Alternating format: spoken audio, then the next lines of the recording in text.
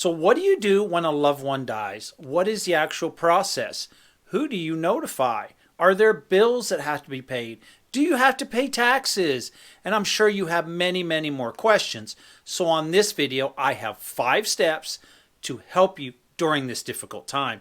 And we're getting after it right now.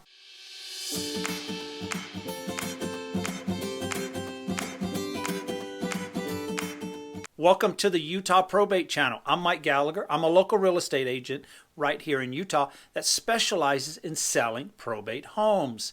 And honestly, we've been helping so many people from all over the state, and we absolutely love it. So if I can be of any assistance, give me a call, shoot me a text, send me an email. We got your back with Utah Probate. Step number 1, I'm going to call this one find a will, keep it secure, and file it with the court. So if there's a will, it will have to be located.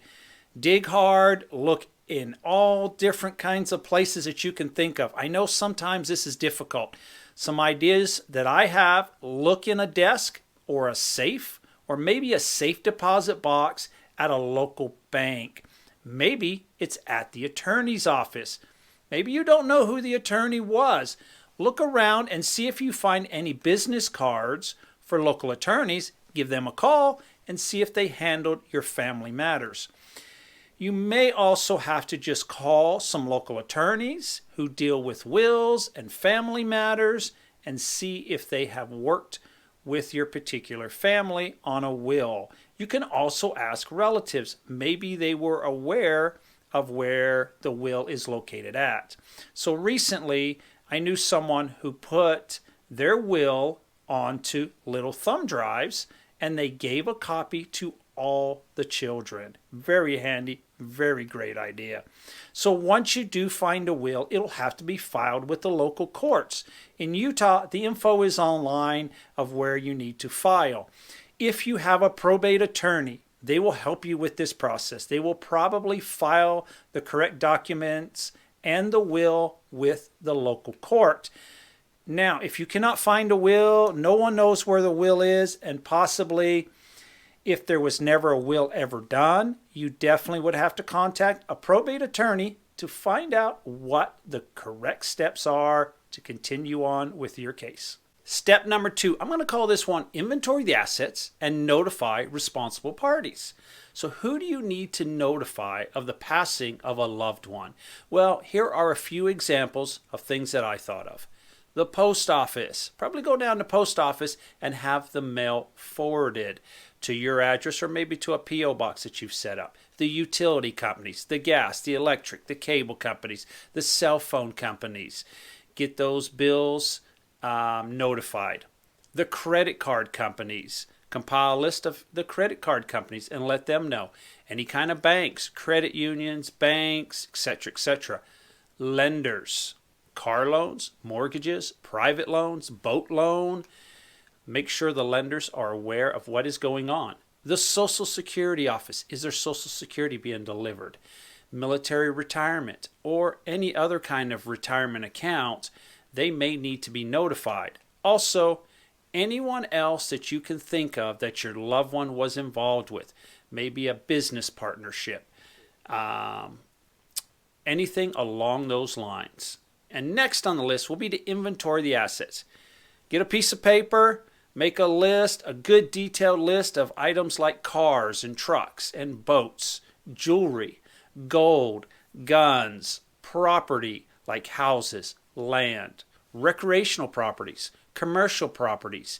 Maybe they were a partnership in a business. Make a detailed list of everything that you can think of and where the particular item is currently located.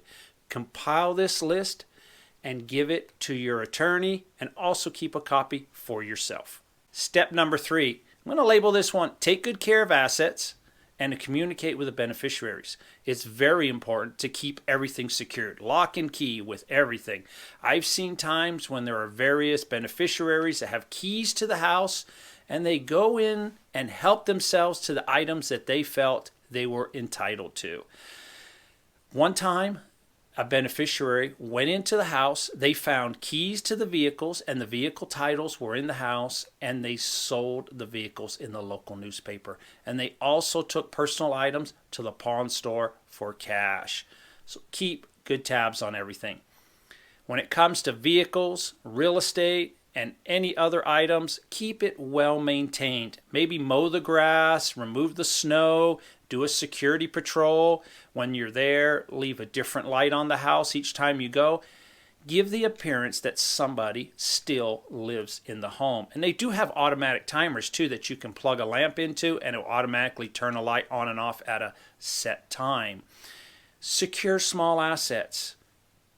Get a safe deposit box or maybe a safe in your home. Put all the valuable items and valuable documents in a safe deposit box or a safe. Very important, insurance. Don't let the policies lapse. This is one phone call I would make as one of my top phone calls to the insurance companies. Find out when the policies are due. Do not let the insurance policies lapse. Communicate with the beneficiaries. Let them know what is going on. Be open, transparent. After all, some beneficiaries may offer assistance. It happens in many cases. One of the biggest issues that I run into is people that feel like they are not in the loop. It leads to fighting. Family fights goes on in many families. Sometimes one or more beneficiaries don't get along with another and are not keen on communicating with another beneficiary. Well, I do have a little bit of a solution for that. I'd recommend a group email.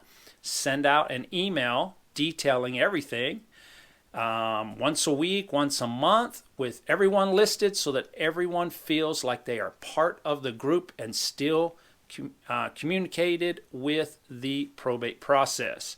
Let everyone know also that the process takes time. Probate cases do not resolve overnight. It takes months to resolve most probate cases. Step number 4 on my list. I'm going to label this one pay the bills and to collect money. Let's start with collecting money. Is there any money that's owed to the estate? If there is, start the process right now. Sometimes collection may take time. And remember, once you do get that money, I'd recommend that you put it into a bank account, preferably a bank account that is for the particular estate. Also, don't forget to pay bills. Anything that is owed by the estate will need to be paid.